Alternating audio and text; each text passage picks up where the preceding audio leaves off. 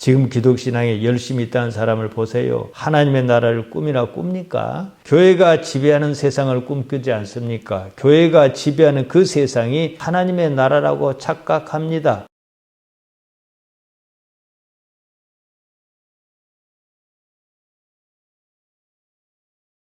본문을 요약하면 이렇습니다. 예수님과 제자 일행이 거라사인이 사는 지방에 이르렀습니다. 거기에 괴상한 행동을 하는 사람이 있었습니다. 그는 무덤 사이에 살았습니다. 무덤에서 나와 돌아다녔으며 소리를 질렀습니다. 돌로 자신을 해했습니다. 다루기 힘든 사람이었습니다. 쇠사슬로 묶어두어도 쉽게 풀어버렸습니다. 어찌할 도리가 없었습니다. 그 사람이 예수님과 마주쳤습니다. 예수님을 향하여 이렇게 소리를 질렀습니다. 지극히 높으신 하나님의 아들 예수여, 나와 당신이 무슨 상관이 있나이까? 원하건대 하나님 앞에 맹세하고 나를 괴롭히지 마옵소서. 성경은 군대 귀신이 그랬다는 겁니다. 예수님을 알아봤습니다. 딱 보니 못해 보겠는 겁니다. 그래서 한 말입니다. 예수님께서 더러운 귀신아 그 사람에게서 나오라 명하시면서 내 이름이 무엇이냐 이렇게 물으셨습니다. 그러자 그가 군대라고 대답했습니다. 군대, 헬라 말로 레게온입니다. 로마의 군단을 말합니다. 보병이 6,000명, 기병이 120명에다가 지원 특수부대로 구성합니다. 그만큼 강하고 많다 이 말입니다.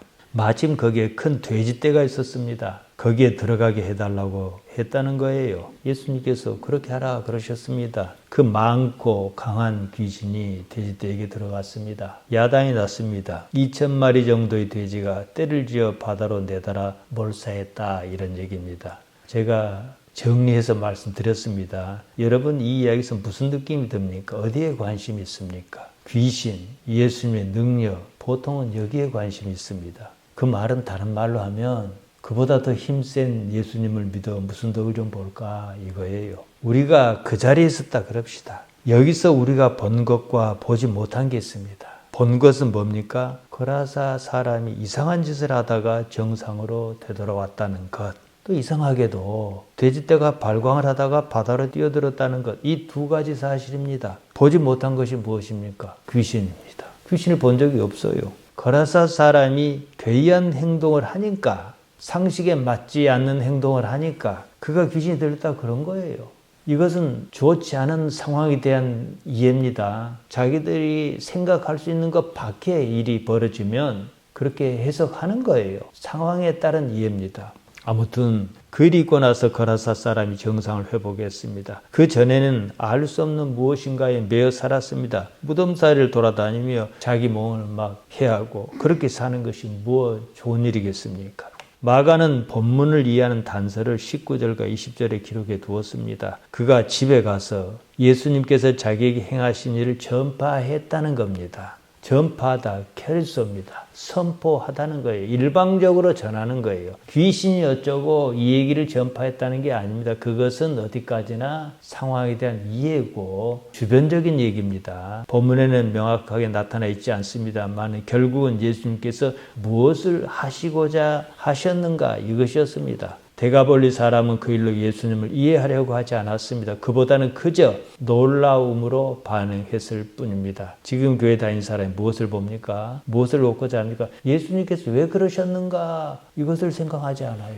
왜 예수님께 십자가를 지셨는가? 그걸 생각하지 않습니다. 십자가를 지든지 말든지 간에 나는 그 일로, 교회 다니는 일로 무슨 덕을 볼까? 이것만 생각하지 않습니까? 똑같아요. 그때 사람이나 지금 사람이나 거라사 사람의 내면 세계가 어떠한지 모릅니다. 다만 보이는 현상, 이것을 가지고 문화적으로 판단한 겁니다. 정상적이지 않고 기괴했습니다. 생각해 보세요. 거라사 사람만 그런 게 아니라 지구상의 모든 사람이 무덤 사이에 돌아다니며 자기 몸을 해야 한다. 그래도 보십시오. 그걸 이상하다고 생각할까요? 그러지 않습니다. 아무튼 그는 정상적인 삶이 아니었습니다. 알 수 없는 그것은 귀신의 역사에서 그런다 이렇게 생각했습니다. 귀신이 실제로 있는지를 알 수 없는 겁니다. 귀신은 문화적 산물입니다. 시대에 따라 이해가 다릅니다. 옛날에 그 많던 귀신이 어째서 지금은 없는가, 이것부터 이해해야 합니다. 우리가 생각하는 귀신과 성경에 나오는 귀신은 다릅니다. 성경에 나오는 귀신은 그 당시 사람이 그 상황을 어떻게 이해했는가, 여기에 대한 표현입니다. 본문 8절에 보면 더러운 귀신 이랬습니다. 원문을 보면요, 푸니마토 아카다르톤입니다. 우리가 가진 성경은 푸니마를 뭐라고 번역합니까? 성령이라고 번역합니다. 그렇다면 이걸 직역하자면, 그대로 번역하자면 더러운 성령, 이 뜻입니다. 이상하지 않습니까? 그래서 성경 번역자가 더러운 성령이 들렸다 이렇게 번역할 수가 없으니까 귀신이라고 번역한 거예요.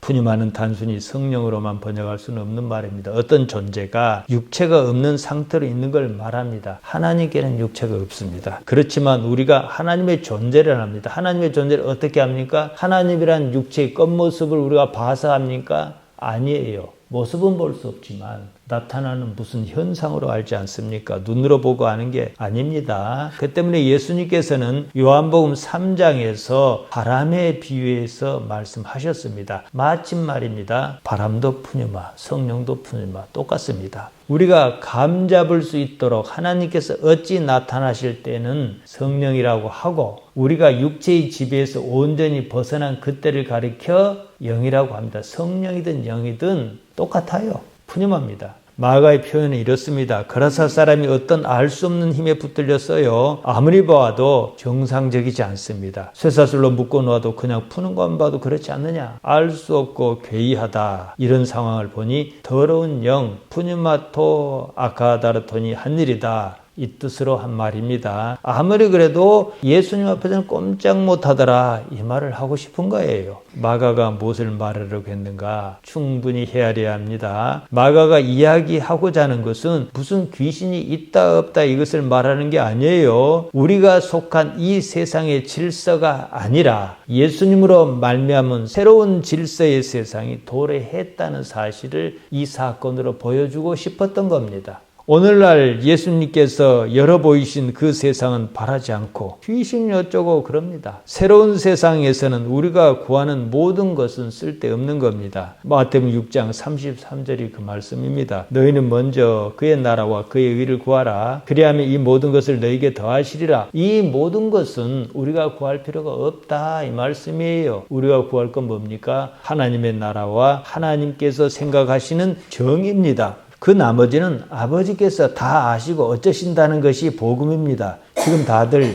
이런 세상을 생각이나 하며 꿈이나 꾸느냐는 거예요. 데가볼리 사람은 거라사 사람에게 있었던 일을 보고 놀랐습니다. 놀랍게 여겼습니다. 그러다 말았습니다. 그쪽 사람은 또 어떠했습니까? 돼지 치던 사람은 예수님 때문에 손해보게 생겼어요. 그러니까 떠나시기를 강구했어요. 그 세상은 바라지도 않습니다. 지금도 실상이 그래요. 예수님께서 말씀하시는 새로운 질서의 세상을 받아들일 생각이 없습니다. 그만큼 지금 이 세상에 빠져 있습니다. 많은 기독신앙인이 당시 그 지역 사람 아니면 데가볼리 사람의 수준에 머물러 있습니다. 예수님의 등장은 무엇을 말하는가? 하나님의 나라의 도래를 말합니다. 천국은 하나님 나라를 우회적으로 표현한 말입니다. 그런데도 이상하게 말입니다. 다들 하나님의 나라, 그 세상을 꿈꾸지 않습니다. 여전히 기존 질서에 안주합니다. 어떻게 하면 이 세상에도 잘 먹고 잘 살까? 이것만 생각합니다. 어떻게 하면 보다 행복하게 살까? 이럽니다. 그런 세상은 없습니다. 기껏해야 권태로운 세상이며 어찌어찌해서 살만하면 우울증에 빠져 허우적대는 그런 세상이 기다리고 있을 뿐입니다. 지금 대부분 사람이 꿈꾸는 세상은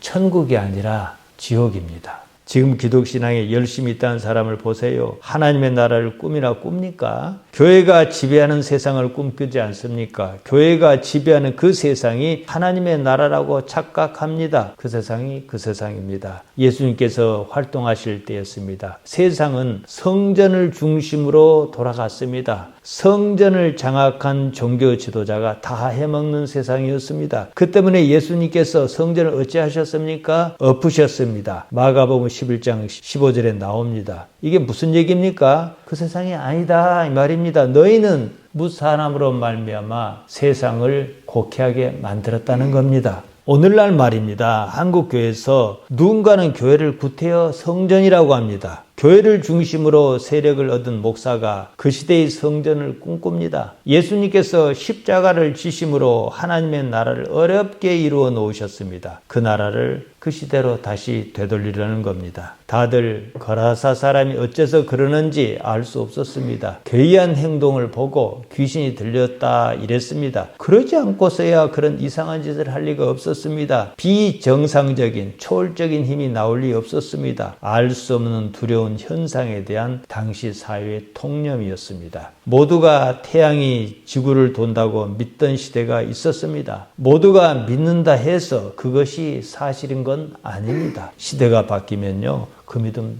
또 바뀝니다. 모든 이해의 바탕에는 문화적 공감이라는 틀이 있습니다. 한국 사람은 한국식으로 생각하고 미국 사람은 미국식으로 생각합니다. 한국 사람과 미국 사람의 이해가 다르면 공감의 바탕이 달라서 그런 겁니다. 공간적인 것뿐만 아니라 시간적인 것도 작용합니다. 우리가 지금 마가를 통해서 거라사 지방의 한 사람을 눈으로 보듯 마음에 그립니다. 마태와 누가도 같은 사건을 다루었습니다. 각자의 시선이 있어요. 마가와 마태와 누가가 같은 시대, 같은 지역 사람이기에 보는 관점이 비슷합니다. 그래서 우리가 뭐랍니까? 마태, 마가, 누가복음을 공관복음 이렇게 말하지 않습니까? 관점이 같다 이 말이에요. 이런 기사를 접하면 흔히 저지르는 실수가 있습니다. 이 이야기의 목적은 거라사 사람에게 무슨 일이 있었는가 그것을 알리려는 것이 아닙니다. 예수님께서 어떤 세상을 꿈꾸며 그 일을 하셨는가 이것이에요. 이 관점을 가지고 마가복음 5장 14절에서 15절을 봅니다.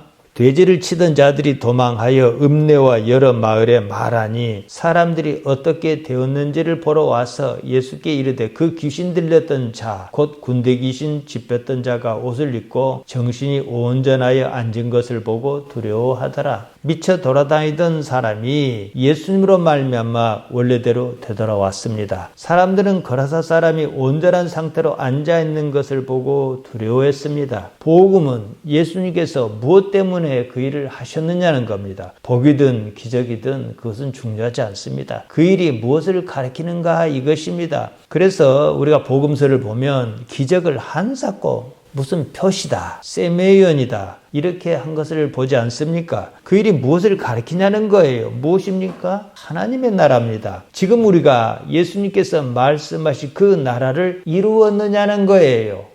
요한복음 16장 9절에서 11절에 보면 이런 말씀이 있습니다. 예수님께서는 죄와 의와 심판에 대하여 딱 잘라 말씀하셨습니다. 새로운 질서의 세상을 말씀하신 거예요. 새로운 질서의 세상이란 걸 염두에 두고 그 말씀을 보면 그냥 이해가 간다는 거죠. 죄에 대하여라면 그들이 나를 믿지 아니하며 예수님을 믿지 않는 것이 죄다 그러셨는데요. 새로운 질서의 세상을 받아들이지 않는 것이 죄다. 하마르티하다. 이 말씀이에요. 의에 대하여라면 내가 아버지께로 가니 너희가 다시 나를 보지 못하며 하나님의 정의가 뭐냐는 겁니다. 내가 아버지께로 간다 그러셨어요. 십자가의 죽음을 말씀하신 겁니다. 바로 그것이 내가 십자가에 달려 죽는 그것이 새로운 질서의 세상의 정의라는 말씀입니다. 그러니까 나사렛 그분은 어쩌셨습니까? 십자가에 달려 죽을지언정 이 세상의 정의를 이루려 하지 않으셨다는 거예요. 새로운 세상의 정의를 이루려 하셨다는 겁니다. 심판에 대하여라면 이 세상 임금이 심판을 받았음이라 이러셨습니다. 새로운 질서의 세상에서는 이 세상의 임금은 끝났다. 심판은 끝난 거잖아요. 이 말씀입니다. 1989년이었습니다. 여천공단에서 제가 교회를 개척했습니다. 공단이 들어서면서 마을 한쪽은 이주하고 다른 한쪽은 남았습니다. 남은 쪽을 가지고 그쪽 요청이 있어서 본의 아니게 거절할 수도 없고 그래서 교회를 개척했어요. 박영규라는 사람이 있었어요. 그의 나이가 당시에 46이었습니다. 덩치가 아주 컸습니다. 손이 얼마나 크든지 제가 이렇게 악수를 하면 제 손이 그 사람 손으로 쏙 들어갈 정도로 컸어요. 3.1면 씨름대회에서 여러 번 우승하고 상으로 소도 타고 그랬다고 했습니다. 마을에서는 그가 술귀신이 들렸다 그랬습니다. 술만 마셨다면 사람이 돌변했습니다. 무엇인가 붙들린 듯 했습니다. 덩치가 곰처럼 크고 힘이 센 데다 술귀신까지 들렸습니다. 그는 자신 자신의 힘을 주체할 수가 없었습니다. 술이 들어가면 사달이 났습니다. 자기 몸을 해하고 집안 살림은 마구 부수었습니다. 집에서 유리라든가 이런 그릇은 남는 게 없어요. 그나마 살아남은 것은 스테인리스 같이 쇠붙이로 만든 그릇 이런 정도였습니다. 그래도 성이 차지 않으면 밤이고 낮이고 온 산을 헤매고 돌아다녔습니다. 아무도 그를 감당할 수 없었습니다. 무당을 굴러 굿을 해보았지만 효과가 없었습니다. 그러자 그의 부모와 아내가 마지막으로 선택한 방법이 교회에 나가자. 그래서 교회에 나왔습니다. 제가 신방을 갔습니다. 그가 몸을 부들부들 떨더라고요. 자기 속에서 나온 에너지를 주체할 수 없었습니다. 이상하게도 제 앞에서는 어떻게 못했습니다. 기가 눌린 듯 했습니다. 그때 저도 뭐랄까요, 새로운 에너지를 받는 듯한 그런 믿음이었지 않습니까? 저는 하나님께서 저와 함께 하시는 것이기 때문에 그런다고 생각했습니다. 덩치가 곰처럼 큰 사람이 무릎을 꿇고 두 손을 어린아이처럼 모으며 기도하는 모습이 보기에 무척 안쓰러웠습니다. 처음에 신방을 와달라 그랬을 때는 겁이 났습니다. 그가 어떻게 나올지 제가 어찌 알겠습니까? 주먹이 사람 머리통만 한데 그걸로 저를 한 방만 치면 저는 그냥 나가 떨어질 판이었습니다. 안 갈 수도 없어요. 그런데 신기하게도 저 앞에서는 순한 양으로 변했습니다. 일단 기선은 잡았다 생각을 했지요. 그 다음부터는 그 집에 신방하는 일이 두렵지 않았습니다. 특별한 기운이 저와 함께 한다고 믿었습니다. 놀랍고 신기했습니다. 저는 그에게서 나오는 힘이 도대체 무엇인가 이게 궁금했습니다. 다들 귀신이 들려서 그런다고 했습니다. 그렇지 않다고 말할 수는 없지만 그렇다고 말하기에는 석연치 않은 구석이 있단 말입니다. 알 수 없었습니다. 그 자신 안에 스스로 주체하지 못한 어떤 에너지가 있는 것만큼은 분명했습니다. 그가 자신 안에 있는 에너지를 감당할 수 없었습니다. 그가 두 자아가 있었던 거예요. 온전한 정신에 있을 때 그 사람과 술귀신이 들려가지고 그 야단할 때 그 모습 말입니다.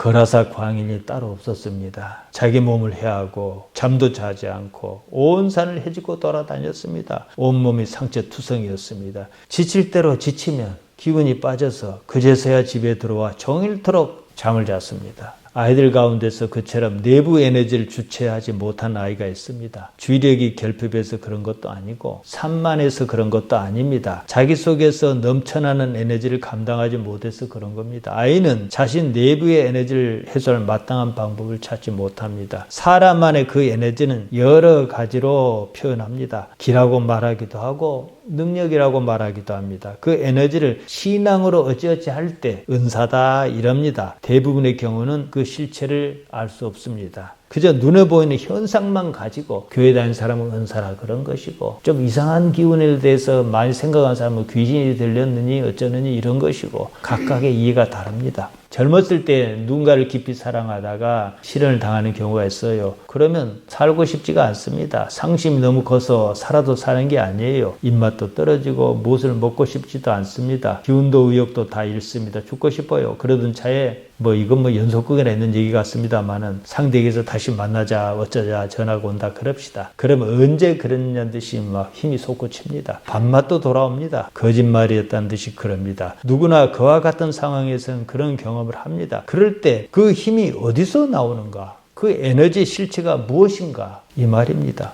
뻘뻘 살던 사람이 기분이 쭉 빠져서 죽을 것 같기도 하고 죽을 것 같은 사람이 갑자기 살아나기도 하고 그 힘이 어디서 나오냐는 거예요.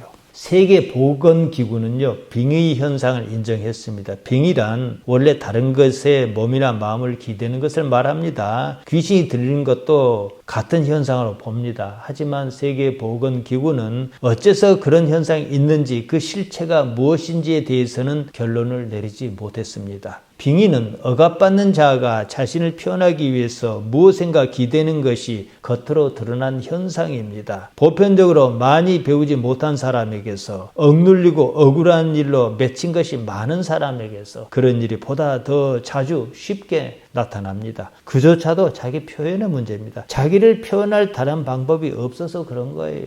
우울증은 현대인이 쉽게 접하는 전형적인 마음의 병입니다. 미국 예일대학교 신경생물학과 이대열 교수는요, 모든 결정은 시간 간 선택이란 말을 썼습니다. 그는 신경정신병 역시 시간 간 선택의 오류에서 온다고 했습니다. 미래에 대한 희망이 없다는 선택적 판단이 우울증을 불러온다고 하였습니다. 사실 그런 미래는 없습니다. 그때 가보아야 합니다. 지금까지의 상황을 가지고 미래를 판단하는 거예요. 거기서 미래를 선택하는 오류가 발생하고 그 때문에 실망합니다. 살아보니까 앞으로 걸렸다 이거예요. 실망과 후회는 다릅니다. 후회는 인간이 가지고 있는 고차원적인 감정입니다. 후회는 실패를 인정하고 다른 선택을 모색합니다. 실망은 다릅니다. 그냥 주저앉는 거예요. 다른 길이 없다고 단정하는 겁니다. 우울증은 미래에 대한 실망의 표현입니다. 자기 자신에게서 어떠한 가능성도 발견할 수 없다는 결론을 미리 내고서 거기에 실망하는 거예요. 내일 일은요, 그때 가봐야 합니다. 예수님께서 바로 그 말씀을 하셨습니다. 마태복음 6장 34절에 나옵니다. 내일 일은 내가 염려할 일이 아닙니다. 내일이 염려하도록 내버려 두라는 말씀이에요. 나야 할 일은 지금의 삶을 사는 것뿐입니다. 지금 그리고 여기에 집중하는 거예요. 삶의 자리는 언제나 지금 여기입니다. 지금 여기를 무시함으로 참사가 빚어진 겁니다. 보통의 경우 미래를 결정하는 것이 자신의 과거입니다. 지금까지의 삶을 근거로 삶에 대한 자기 이해를 근거로 미래에 희망이 없다고 선택하여 버립니다. 우울증의 근본적인 원인이 인간의 근원적인 불안에 있습니다. 미래의 삶에 실망한 거예요. 우울증은 심하면 자살에 이르게 합니다. 덴마크 철학자 키에르케고르는 절망은 죽음에 이르는 병이라고 했습니다. 실망이나 절망이나 좌절이라는 차원에서 같은 말입니다. 알 수 없는 미래로 인해서 불안한 거예요.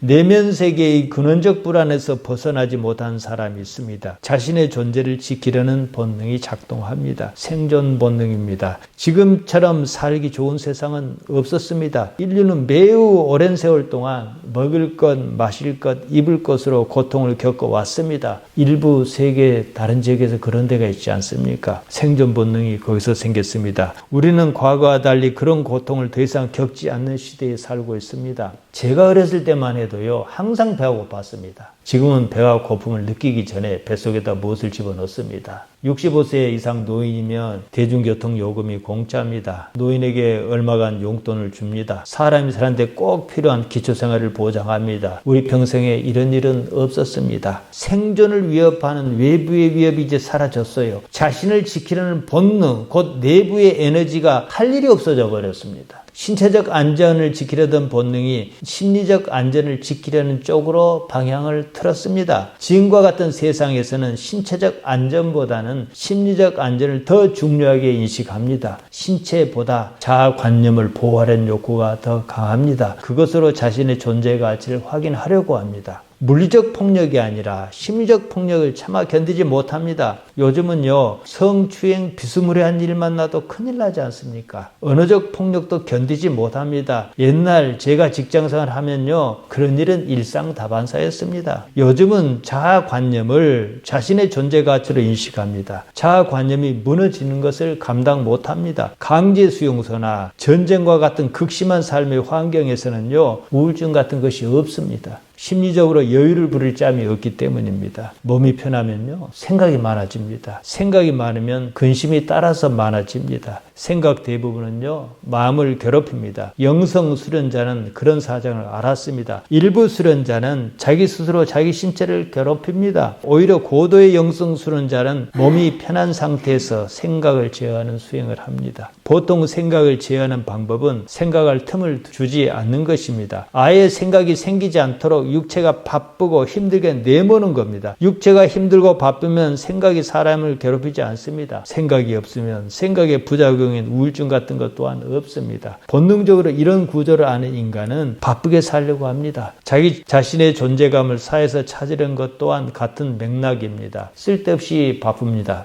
자신을 보호하려는 내부 에너지가 돌파구를 찾지 못했을 때 불안이 증폭해서 나타납니다. 이것을 해소할 방법이 없으면 마음을 닫는 쪽으로 방향을 전환합니다. 상대적 약자가 세상에 대해서 할 수 있는 것이 뭡니까? 세상을 부정해버리는 거예요. 정신적 질병은 이러한 상태가 극단으로 진행할 때 생깁니다. 상대적 약자가 강자에 대해서 저항할 수 있는 손쉬운 방법이 뭐겠습니까? 욕하는 거예요. 그렇게라도 할 수 없으면 자신의 마음을 굳게 걸어 잠겁니다. 마음을 닫는 것을 뭐라 합니까? 자폐증이라 합니다. 자폐증은 어린아이에게만 있습니다. 1살이나 2살 때부터 나온 유아의 정신질환입니다. 심리는 세상을 이해하고 소통하는 방법이에요. 이것이 미성숙하거나 고장났을 때 현실 세계와 동떨어진 자기 내면 세계에 틀어박혀 버립니다. 현실 세계가 마치 꿈 같아 보여 대인관계가 어렵습니다. 내면 세계를 오히려 현실 세계라고 인식합니다. 그러면 현실이 현실로 보이지 않습니다. 자폐증이든 우울증이든 자기 마음을 닫는 정신적 질환이라는 점에서는 같습니다. 자폐증은 유아 시기에 발생하고 우울증은 성인이 돼서 발생한다는 점에서 차이가 있습니다. 자폐증은 뇌가 신경망을 완성한 후에 발견하기 때문에 치료가 어렵습니다. 우울증은 신경망을 완성한 이후에 생긴 것이기 때문에 치료가 또 가능하다는 차이가 있습니다. 자폐증이든 우울증이든 그 원인은 마음에 있는 병, 근원적인 두려움입니다. 우리 안에요 어떤 에너지가 있습니다. 마음이 닫히면 에너지가 빠져나갈 방법이 없습니다. 에너지의 흐름이 막혀 다시 마음이 쌓이고 장애를 일으킵니다. 두려움이 에너지 흐름을 가로막습니다. 자폐증은 내면 세계를 현실 세계로 생각합니다. 현실 세계와 마찬가지로 상상의 세계, 곧 내면 세계는 누구에게나 있습니다. 정상적인 사람은 현실 세계와 내면 세계 사이로 오가는 통로가 열려 있어요. 내부 에너지가 막혀 문제를 일으키는 경우가 별로 없습니다. 자폐증은 두려움 때문에 막힌 에너지가 갑자기 한꺼번에 터져나오는 경우가 있어요. 이때는 마치 용암이 분출하는 것처럼 특정 행동에 지나치게 반응하거나 집착하는 경향을 보입니다.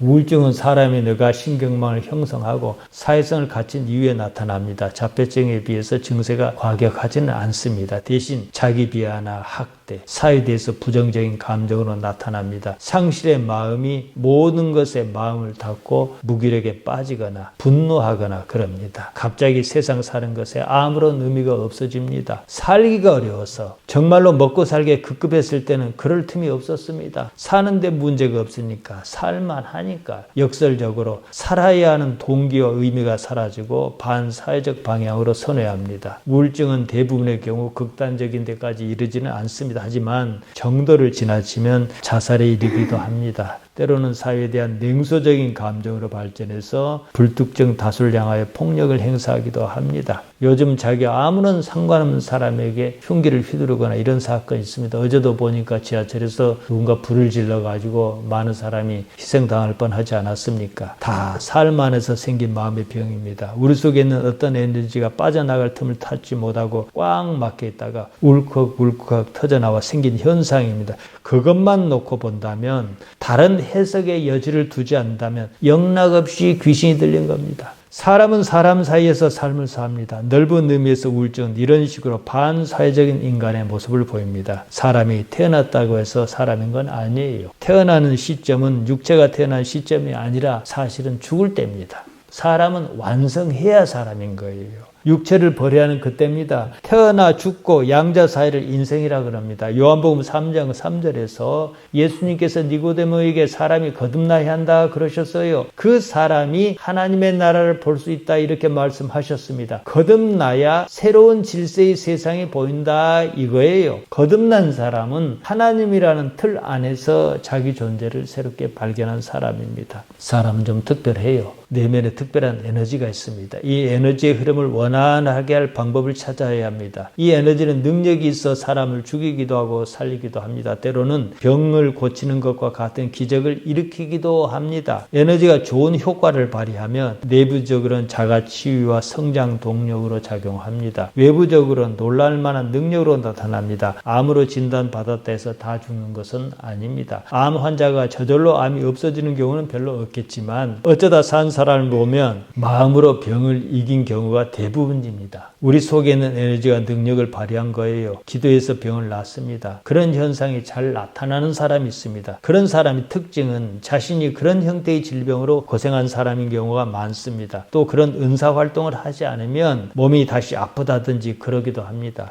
자신의 내부 에너지를 기도라는 방법으로 활성화시킴으로 풀어준 거예요. 이처럼 우리 몸에는 이런 힘이 있습니다. 이런 신비한 힘인 동력원으로서 무슨 일을 할 수 있게 합니다. 이 에너지는 우리 마음의 상태에 따라 기준치보다 더 크게 나타나기도 합니다. 사람이 배워야 하는 이유가 있습니다. 여러분이 신앙생활을 하고 교회를 다닙니다. 성경을 보고 전하는 말씀을 듣고 합니다. 이조차도 얼마나 좋은 배움거리입니까? 자기 내면 세계를 외부 세계로 원활하게 끄집어내기 위해서입니다. 내면 세계와 외부 세계가 막힘없이 소통이 잘 이루어지게 하기 위한 방법이 바로 배우는 거예요. 태초부터 모든 지식은 자신 안에 사실 있습니다. 요한복음 1장 1절에서 말하는 말씀 로고스가 그겁니다. 그것을 끄집어내는 방법이 필요합니다. 많이 배운 사람이란 자신의 내면 세계를 쉽게 끄집어낼 줄 아는 사람입니다. 지식은 이미 우리 안에 있습니다. 배움이란 외부 세계의 것을 내면 세계에 이미 갖춰진 지식과 견주어 짝을 맞추는 작업입니다. 우리가 어떤 것을 말할 때 말문이 막힌다 이런 표현을 쓰지 않습니까? 자신이 겪은 상황을 말로 표현하는데 한계를 느낀다 이겁니다. 이것은 표현력이나 지식의 문제는 아닙니다. 내면 세계와 외부 세계의 소통으로 인한 불일치의 문제입니다. 그러면 어떡합니까? 가슴이 답답하지 않습니까? 예수님께서는 막힘이 없으셨습니다. 그것은 내면의 세계가 일치했다는 겁니다. 그러한 경지를 도통했다 이렇게 말합니다. 이치를 깨달은 거예요. 깨달음은 자신의 내면 세계와 외부 세계가 막힘이 없는 상태입니다. 그 때문에 많이 배운 사람에게서는 빙의 현상이 잘 나타나지 않습니다. 저는 과거에 말입니다. 귀신이 들린 것과 정신병을 나누어 생각했습니다. 귀신이 들린 것은 자아가 억눌린 상태고 정신병은 자아를 잃어버린 상태로 구분했습니다. 내부 에너지가 막혀 소통이 잘 이루어지지 않기는 둘 다 마찬가지입니다. 감추인 자아가 내부 에너지에 막혀 소통의 방법을 찾지 못한 거예요. 사실 감추인 자아가 우리 자신의 진면목입니다. 그것이 순수한 자아요 참다운 자기입니다. 그것이 외부 요인으로 인해서 왜곡에 나타납니다. 이때 왜곡에 나타난 그 자아가 우리 자신으로 행세합니다. 그것을 감당하기 어려울 때 정신적인 질환이 나타납니다. 자신의 속마음을 제대로 드러내지 못해서 정말로 답답할 때가 있지 않습니까? 그러면 어떻게 말합니까? 이 가슴을 열어 보여주고 싶다 그럽니다. 외과적으로 가슴을 열어 보여줄 수 있는 것이 아닙니다. 표현할 방법이 없으니까 그렇게 얘기하는 거죠. 오래전에 서양 영화 엑소시스트라는 영화를 본 적이 있어요. 아이에게서 강력한 빙의 현상이 나타납니다. 정상적으로 생활하다가도 빙의 현상이 심하면 다른 개체가 바깥으로 나타나 그 아이의 자아를 누르고 주인의 행세를 한다. 이것을 영화로 표현한 겁니다. 자기가 이길 수 없는 힘이 지배를 하는 거예요. 아이가 자기를 살려달라 하는 것을 표현하기 위해서 영화 제작자가 help me라는 단어를 배에서 딱 튀어나오게끔 표현한 적이 있습니다. 실제로 그런 일이 있을 수는 없습니다. 영화적 표현이지요. 여자가 아이를 임신해서 낳을 때쯤 되면 발로 툭툭 차고 그러지 않습니까? 영화 감독은 이제 그런 식으로 표현한 것 같아요.